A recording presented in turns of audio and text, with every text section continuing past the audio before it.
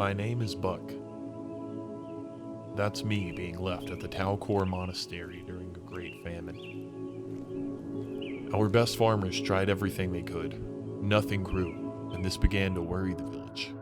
The people grew desperate and eventually became angry. How could the mighty gods curse their people and their lands? The villagers waited in hopes that this famine would soon come to an end.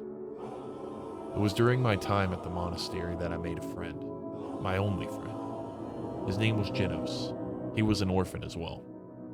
He was a bit older than I, and always acted as if he were my own big brother. We promised to always take care of one another despite the struggles of the village. We were best friends.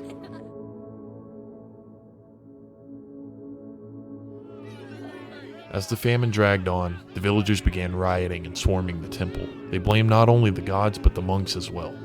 If we're so faithful, why are the gods punishing us?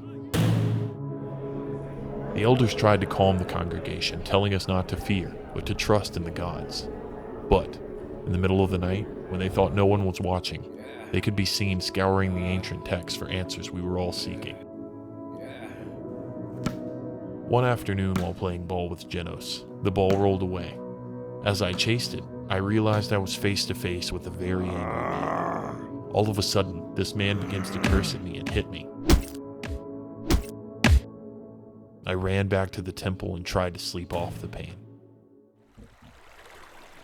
As I was sleeping, Jenos left the monastery to climb Ascension Peak. In our faith, a man who climbs Ascension Peak will be close enough to the gods for them to hear his every prayer. It used to be a pilgrimage in our faith, but no one has made the climb in years because it's so dangerous. Jenos believed that if he were to complete this climb, the gods would end the famine and restore peace to the realm.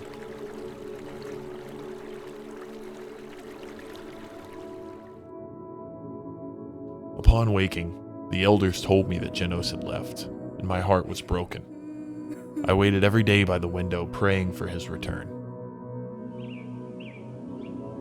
Seasons pass, and our once shining temple to the gods was beginning to decay.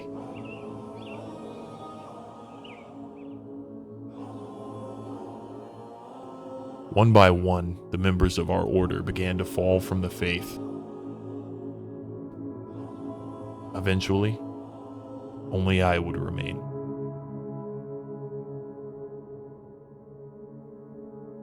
One night, an angry villager lights the temple on fire and denounces the gods. None of the villagers were willing to help extinguish the fire. I escaped the building, but couldn't stop the flames from taking over. Our temple was gone, up in smoke. The next morning, as I sat crying by the ashes, I felt a tap on my shoulder. I couldn't believe what I saw in front of me. Jenos had returned, but he was not his old self. He'd been blessed by the gods and made an ascended being. For my faithfulness, he granted me wisdom beyond my wildest dreams, and the secrets of the universe were now clear to me. The famine was just the beginning. Something far more sinister was around the corner. It was now up to us to spread the news across the realm of the darkness that was coming.